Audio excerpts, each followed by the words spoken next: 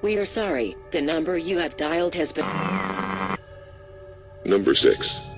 In 2008, 19-year-old college student Brendan Swanson was driving home after a night out when he crashed into a ditch on a gravel road in the middle of nowhere in Minnesota.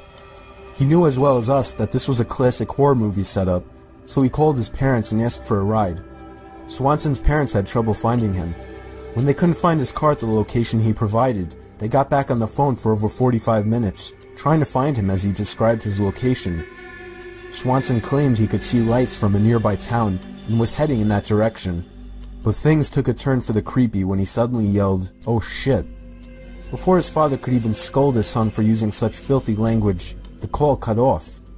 And that's the last anyone ever heard from Swanson. Hundreds of volunteers, 34 dogs, and 120 days later, only his car was found. So what happened to him? Number 5. In the 1970s, Bashir Kauchaki opened up a successful restaurant in Washington, D.C. He was living the American dream, but in 1983, he became the target of an insane, non-stop stream of threatening phone calls that came several times a day, every day. In most harassment campaigns, the trolls get bored and move on to something else eventually, but Kauchaki would put up with these calls for nearly a decade.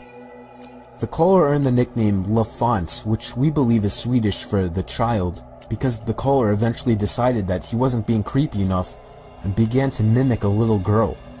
Anyone associated with Kauchaki was a target, from his pregnant spouse to his restaurant employees. And the abuse got physical when the Star of David was scratched all over Kauchaki's Mercedes. When Kauchaki traveled to Philadelphia to visit his sister, the calls kept coming even there. Things got so bad he suffered a mental breakdown and committed himself to a psychiatric ward, but the calls continued to his restaurant. The FBI eventually put a trace on the phone to confirm that L'Enfant wasn't an insane delusion, but it was even worse than that. The calls were coming from different payphones at such a frequency that it would have been impossible for only one person to have been involved. L'Enfant was a plot orchestrated by multiple people for the express purpose of driving Kauchaki insane. So the obvious question is, why? Number 4. In 1970, 25-year-old Donna Lass worked as a nurse at the first aid station of a casino in South Lake Tahoe, California. One day, Lass's boss and landlord both received calls from an unidentified man who claimed she was dealing with an illness in the family and would be out of town for a while. Lass's boss became suspicious and contacted Lass's mother, who confirmed that the story was bull. Lass's car was found parked outside her apartment, but there was no trace of her anywhere. The last sign of her was an entry she'd made in her logbook near the end of her final shift. The entry looked unfinished, as if someone had interrupted her. No one could figure out Lass's whereabouts or the identity of the caller, until the San Francisco Chronicle received a mysterious postcard 6 months later. It was addressed to reporter Paul Avery. The postcard was the latest in a long line of cryptic messages from the Zodiac Killer, one of the most infamous unidentified killers of all time. The killer made no direct reference to Lass, but hinted that he had murdered and buried his 12th victim in Lake Tahoe. Since Lass's body hadn't been found, it wasn't hard for investigators to make a connection. The postcard provided a lot of clues about Lass's possible location, but a search of the area turned up nothing. To further complicate matters, Zodiac was known for screwing with the authorities. He claimed to have killed dozens of people, but officially he has only 5 murders on his resume. Furthermore, Lass doesn't fit Zodiac's profile, since he wasn't known for hiding bodies. But that leaves a huge mystery about a vanished nurse and an unidentified man who tried to hide her disappearance. It's still not known for sure what happened to Donna Lass. Number 3. In 1931, there lived a man named William Wallace, who worked as a London insurance agent, and he had an obsession for chess. One night, Wallace showed up for a chess club meeting and found a telephone message waiting for him. The sender wanted to meet at 7:30 the following night so he could purchase a policy. Wallace hopped on a streetcar the next night and traveled across town. He discovered that the address provided didn't exist, so he headed back home, probably convinced that he was the victim of a dumb prank. But when he got home, he found his wife's body. Julia Wallace had been beaten to death, and the mysterious caller was the obvious suspect. But after an investigation, police revealed that they determined that the caller was actually William Wallace himself. Authorities argued that Wallace had left the message to fabricate an alibi, killed his wife, hopped on a streetcar, drove around for an hour, then went home to supposedly discover his wife's body. This argument was invalid. It was completely impossible for Wallace to have committed the murder. The jury found Wallace guilty anyway, but luckily the Court of Criminal Appeal immediately overturned the conviction. The killer was never identified, but the prime suspect was a former employee of Wallace's insurance firm who allegedly asked his wife to provide him with a fake alibi and was seen wearing bloody gloves and hosing down his car on the night of the murder. Number 2. In 1965, a young woman named Judith Iams disappeared from her hometown of Coral Gables, Florida.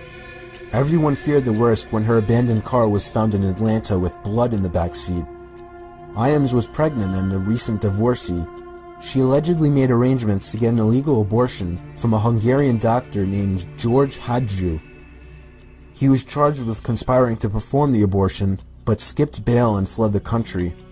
After this, the case was forgotten for a quarter century, until it was rejuvenated by a series of bizarre phone calls.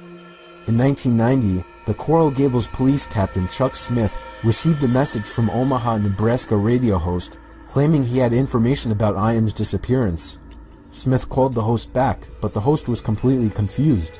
The host said he never made the call and he knew nothing at all about Iams. Smith soon received another anonymous call claiming Iams was alive in Omaha. Smith knew nothing about the case, but he had recently traveled to Omaha to deliver a lecture at a police academy, and he started to wonder if this was a prank. Smith got a third anonymous call from someone who claimed to be an FBI informant who had recently spent time with Dr. Hadju in Hungary. They even provided an old phone number for Hadju that checked out. Smith was confused but did what any police officer would do with a baffling case. He took the story to Unsolved Mysteries. Days after the Iams episode was broadcast, Smith got an anonymous letter confirming what many people suspected all along. Iams died during an illegal abortion and wound up in a watery grave. Well, that's the logical solution. It doesn't account for all the strange calls.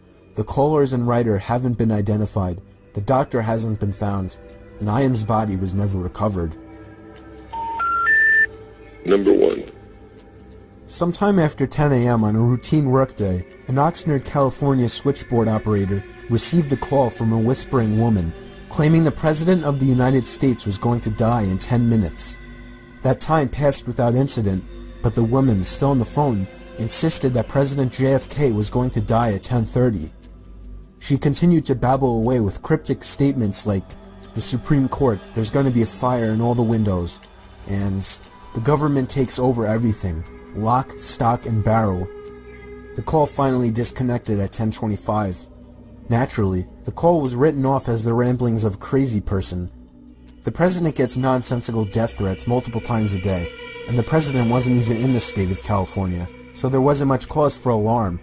While the call was taking place, President Kennedy was traveling in a motorcade. The exact time of Kennedy's death was 10:30. Disturbingly, the woman's prediction was exactly correct. It gets even weirder. Kennedy was scheduled to arrive in the plaza before 10:30, but the motorcade ran late because President Kennedy kept stopping to shake hands with onlookers. Halfway through the call, the operators thought they heard the woman put the phone down and dial another number, and when they asked if she needed help, she responded, "No, I'm using the phone." It was after this that she bumped the time of the president's death from 10:10 to 10:30. It's still completely unknown who made the call, or how she knew it would happen and when.